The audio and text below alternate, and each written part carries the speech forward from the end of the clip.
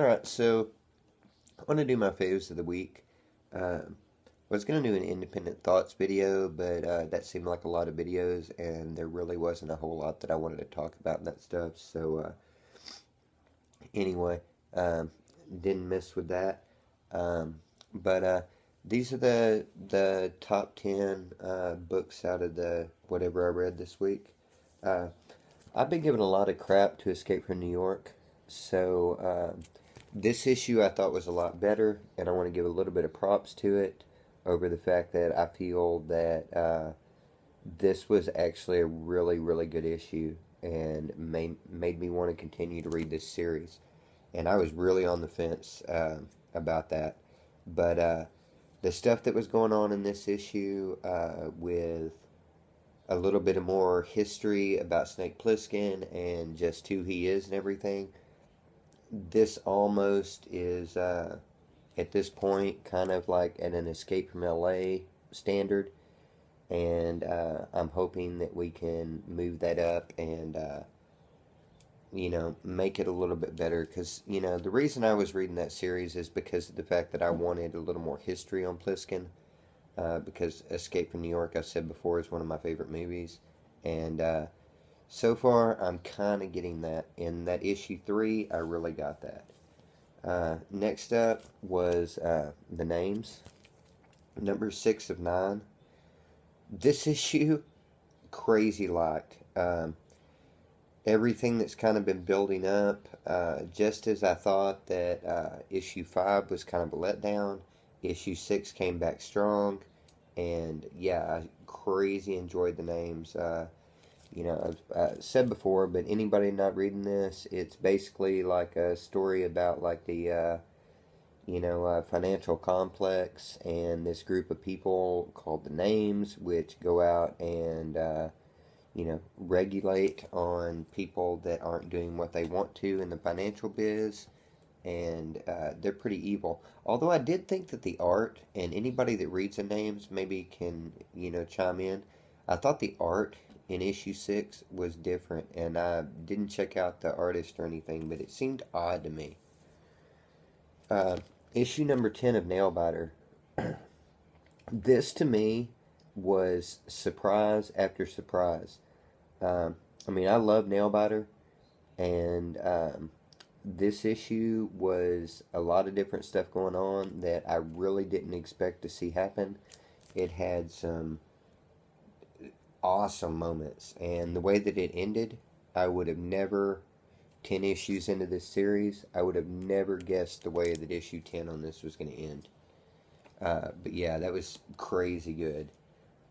I didn't read Night of the Living Deadpool, but this first issue on Return of the Living Deadpool I thought was freaking awesome.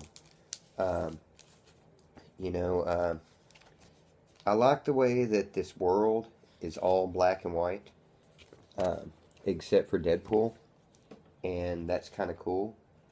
Uh, I get the gist of the fact that Deadpool made all of these like Deadpool zombie people, and so that was pretty sweet. Whenever you got like a gang of freaking Deadpool people.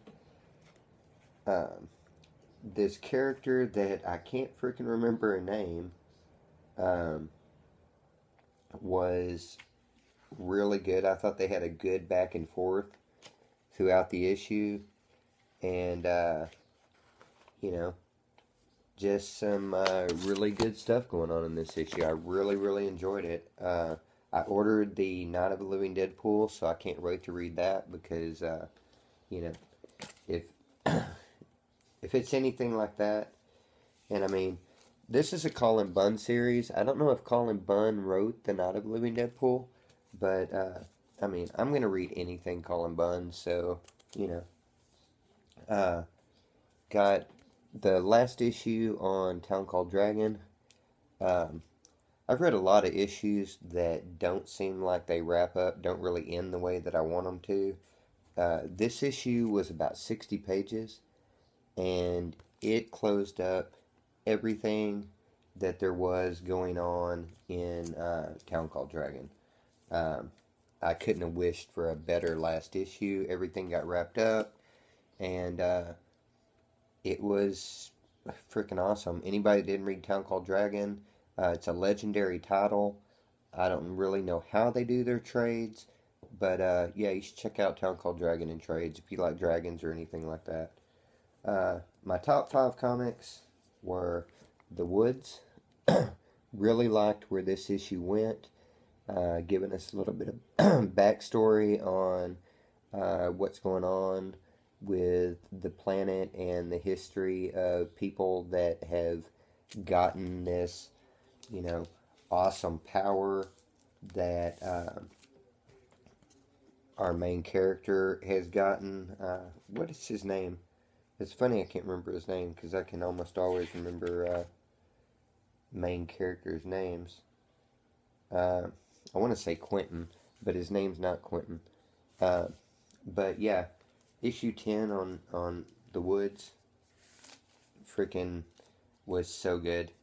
I can't wait to see where that series is going to go in the future. That was another issue that, issue 9, I kind of felt like The Woods was kind of slow, like they were at some kind of a transition period. And issue 10 really kicked that back into gear.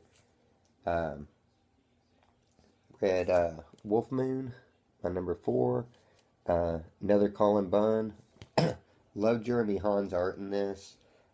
Really like this cover.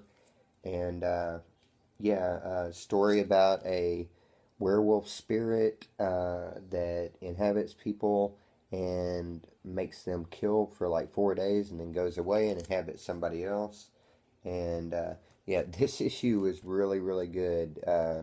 That you've got like this guy in a strip club, and then the next thing you know, he's like the security guard at a mall, and you know, last thing you want is a security guard at a mall during Christmas season turning into a werewolf. Man, these top 3 are all 3 interchangeable. Number 3 would be Birthright. This issue was crazy good. Anybody not reading Birthright, you know, I said before, you know, get on that, because it is just crazy freaking good. It has a little bit of everything. If you like sci-fi, if you like horror, if you like action, if you like, you know, superhero typey things, whatever, there is probably a little bit of something that you'll like in Birthright. It is just absolutely amazing. This is an Image number 5, so I would assume that that means that the trade will be out in the next couple of months. And everybody go out and buy the trade on Birthright if you're not reading it now, so that that series can go on for a long, long, long time. Next was Cluster. I don't usually rank number 1s very high because I believe that number 1s are really, really simple to write. But I read a lot of sci-fi books, and this is one of my favorite sci-fi books that I've read in a good while. It's kind of what I wish that Bitch Planet would have been, but just amazing. The art in it is amazing. The story was amazing. Basically, Cluster is about a prison planet where you have the choice of doing your time on Earth or going off, and it's very Starship Troopers. You know, like to earn citizenship, you have to go off and fight, you know, fight on this planet or whatever. Well, they're terraforming these planets on the outskirts so that humans can, you know, eventually, you know, inhabit them. And so they take criminals and they put them out there. Well, the criminals have got this thing inside them called the punch, that if they are away from like Central Command or whatever it is for more than 24 hours, it liquefies their organs. And so they're trying to terraform, and so they send these troops out to go fight. You know, they're all, you know, raw and don't know what to do. Send them out to fight, and they get stranded. and nobody wants to risk going out and saving them. So now they've got to hike like an amazing amount of distance to get back before, all of their organs liquefy. Um, I thought it was awesome. I mean, you had mechs and alien creatures and just all different kinds of sci-fi in that uh, I can't wait for another issue on that book. That book was freaking awesome. Uh, and then my favorite thing I read was Ghost Fleet #4. Uh, we introduced a new character, Mickey Reno, in this that is a badass shadow assassin.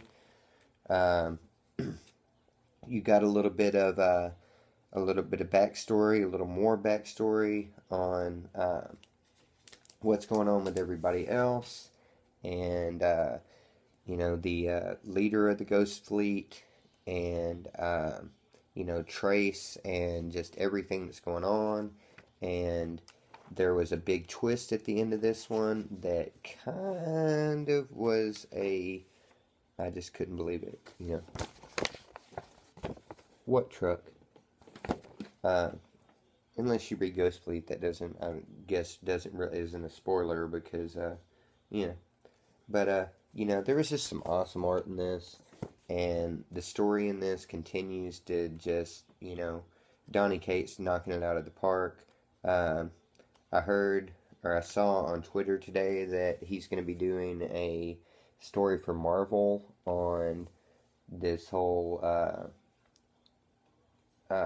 Secret Wars thing, and that's cool. I also saw a comment that said that anybody do big two creators, DC and Marvel and stuff, do they not read in anything else? Is there nobody that reads anything and brings like Ghost Fleet to them and says, read this because it's freaking awesome. Um, but I was really happy with this. I really liked Mickey Reno's character being introduced. I was really happy that Axel the dog didn't get killed.